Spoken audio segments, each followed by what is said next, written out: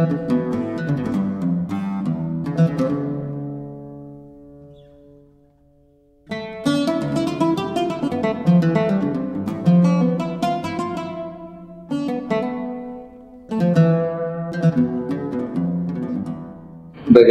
cara membuat ramuan dari obat tradisional ini? Satu hal yang sangat penting dalam penyediaan untuk ramuan obat tradisional ini adalah bagaimana cara kita membuat dan menyimpan Simplicia. Simplicia adalah merupakan satu bahan yang sudah dikeringkan dari obat tradisional, ya, baik itu berupa daun-daunan yang sudah dikeringkan, kemudian juga mungkin dari umbi yang sudah dikeringkan, atau mungkin dari kulit satu tanaman yang sudah dikeringkan. Ini biasa disebut dengan Simplicia. Dan tentunya Simplicia ini sangat perlu kita perhatikan akan bagaimana cara pengolahannya, bagaimana kita mendapatkannya, karena ini akan menentukan mutu daripada obat tradisional yang kita buat nanti. Oleh karena itu ini perlu diperhatikan. Nah, kemudian mengenai Simplicia ini ada dua jenis atau dua cara kita untuk mendapatkannya. Yang pertama adalah yang didapatkan dari tanaman liar, sebagaimana yang kita dapati, ya, kita nampak di tepi jalan misalnya, kita mendapatkan satu tanaman, ya, seperti pegagan misalnya tumbuh, ya, terutama di daerah pegunungan. Kemudian juga misalnya ya, tanaman tempuyung, tapak liman, ini bisa didapatkan di tepi-tepi jalan, biasanya di daerah-daerah pegunungan. Kemudian juga yang kedua adalah yang memang dibudidayakan. Ini memang sengaja ditanam oleh petani untuk menghasilkan satu jenis tanaman obat, atau ditanam memang beberapa jenis dari beberapa tanaman obat, misalnya termasuk tadi tempuyung, atau juga misalnya seperti daun dewa, ya, sambiroto. Nah, ini ada yang memang sengaja dibudidayakan untuk mendapat hasil yang tentunya kalau dibudidayakan ini lebih maksimal. Nah, untuk masalah mutu, ini mana yang lebih bagus, yang tumbuh liar atau yang memang dibudidayakan? Sebenarnya ini tergantung dari pada siapa yang nanti akan mengambilnya, artinya yang memanen. Karena di sini untuk mendapatkan hasil yang maksimal itu kita perlu tahu misalnya perkiraan umurnya.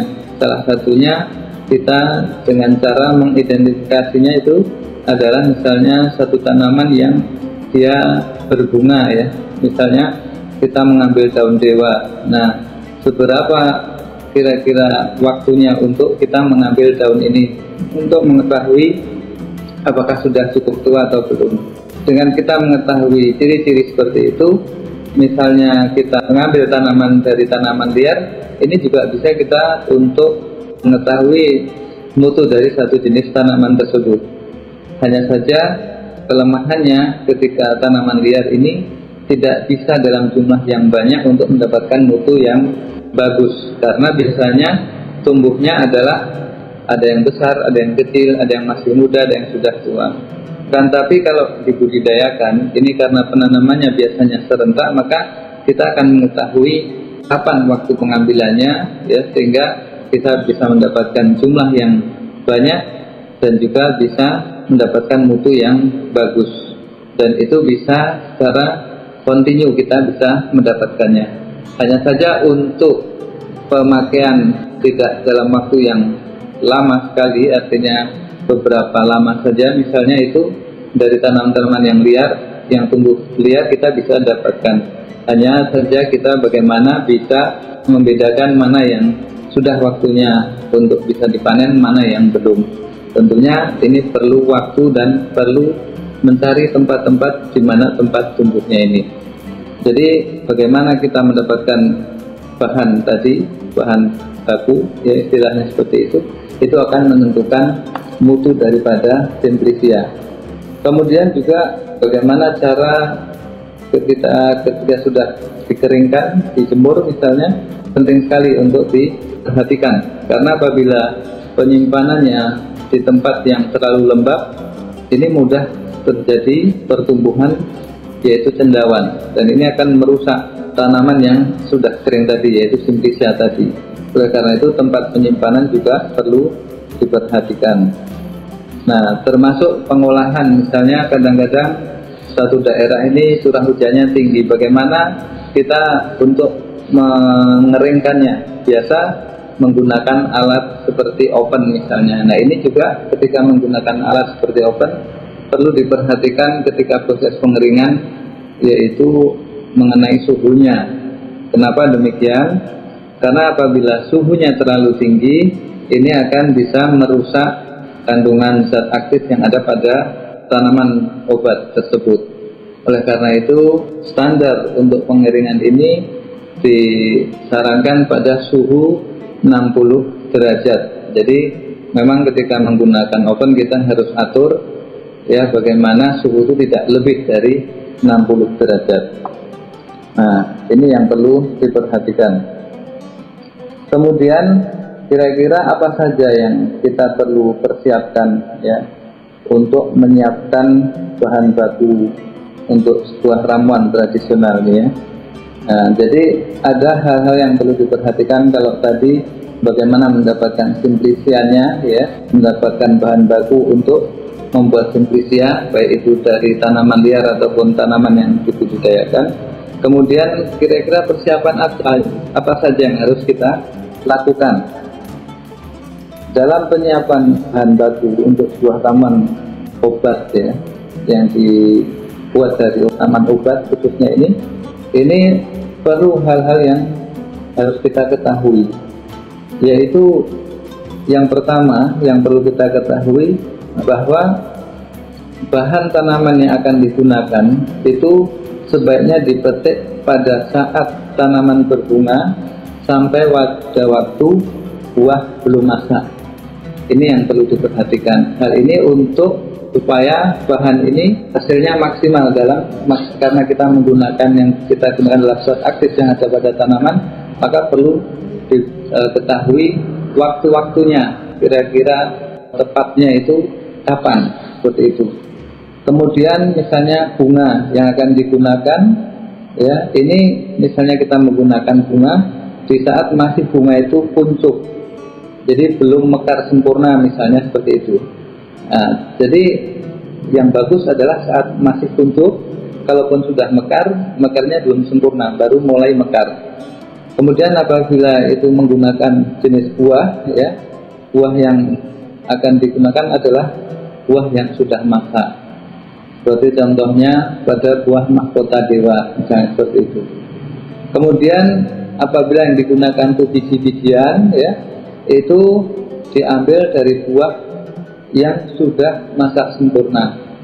Ya, kadang-kadang kita mengambil dari jenis biji-bijiannya ya, termasuk seperti kalau biji adas misalnya ya, itu biasanya diambil yang memang sudah masak betul.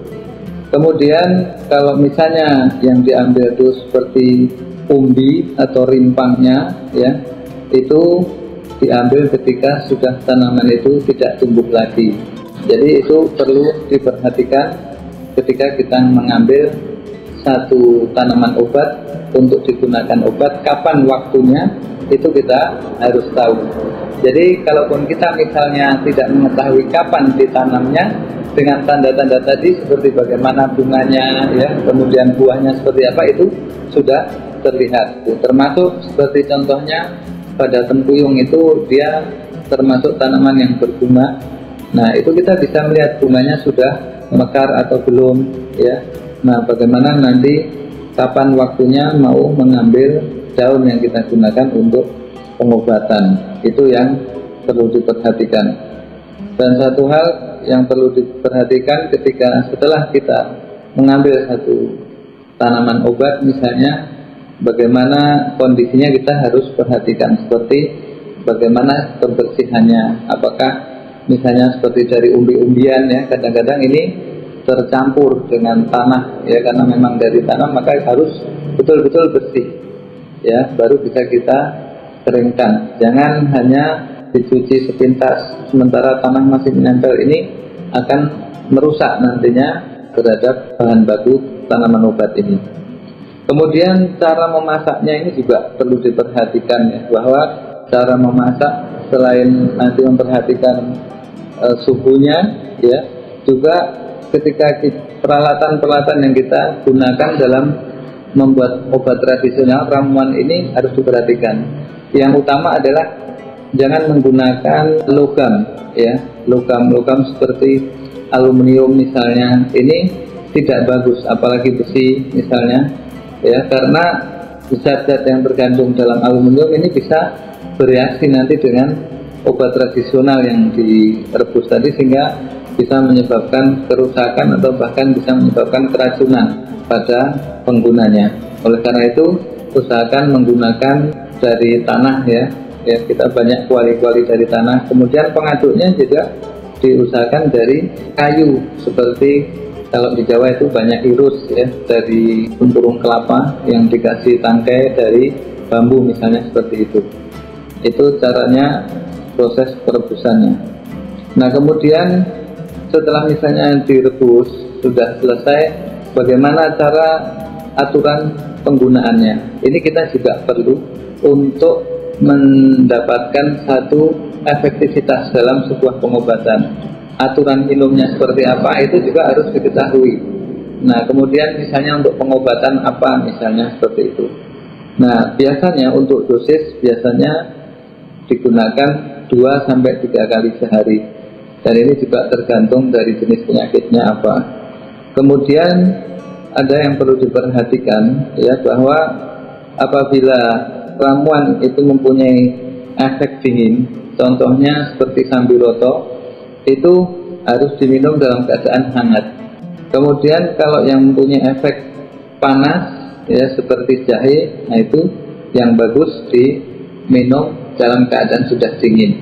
Jadi ini satu hal yang perlu diperhatikan, supaya apa? Supaya kita juga tahu cara penggunaannya, supaya mendapatkan hasil yang maksimal dengan ketepatan cara penggunaan tersebut. Kemudian waktu juga ini perlu diperhatikan. Satu hal yang perlu diperhatikan, waktu meminum obat. Nah, misalnya satu tanaman obat yang mana itu kalau misalnya diminum itu merangsang lambung, contohnya seperti daun dewa. Ini misalnya orang yang menderita penyakit mah, ketika diminum sebelum makan, maka dia akan biasanya terasa pedih, ya, karena asam lambung akan naik misalnya. Nah, ini diminumnya sesudah makan. Juga misalnya ramuan yang bersifat tonik untuk menambah tenaga, itu yang bagus diminumnya juga sesudah makan. Begitu pula misalnya satu ramuan yang kita dapatkan tanaman ini misalnya bersifat sedatif atau menenangkan. Nah, ini diminumnya di saat mau tidur misalnya, seperti itu. Nah, jadi ini hal-hal yang juga perlu diperhatikan. Dan juga ada satu hal yang perlu, misalnya penyakit itu penyakit jangka panjang, tentunya cara minumnya harus secara berkesinambungan, ya, teratur dan berkesinambungan, ya. Artinya dia tidak hanya mungkin sekali 2 kali, tapi teratur sampai betul-betul penyakit itu sembuh baru berhenti minum obatnya. Jangan ketika terasa sudah enak, misalnya contohnya penyakit mah, kadang-kadang orang-orang kebanyakan ketika sudah meminum terasa perutnya enak, pedihnya hilang, langsung berhenti, padahal ini belum sembuh. Dia memerlukan waktu untuk proses penyembuhan ini. Ada kalanya mencapai 3 bulan, ada yang 6 bulan, tergantung pada kondisi daripada seseorang, yaitu penderita tersebut. Ini yang perlu diperhatikan. Jadi itu adalah hal-hal yang berkaitan dengan masalah penggunaan obat tradisional, yang mana ini biasa dibuat sendiri langsung, ya, dari tanaman segar atau yang sudah dikeringkan, kemudian diolah sendiri, ya, dengan melalui biasanya perebusan. Itu hal-hal seperti tadi, ya, harus diperhatikan. Nah, nanti berbeda lagi ketika misalnya minum obat yang sudah dalam bentuk kapsul misalnya, karena mereka memang sudah diolah dengan cara yang berbeda, maka perlakuannya, cara minumnya juga berbeda. Nah, seperti itulah bagaimana cara-cara kita menggunakan obat tradisional.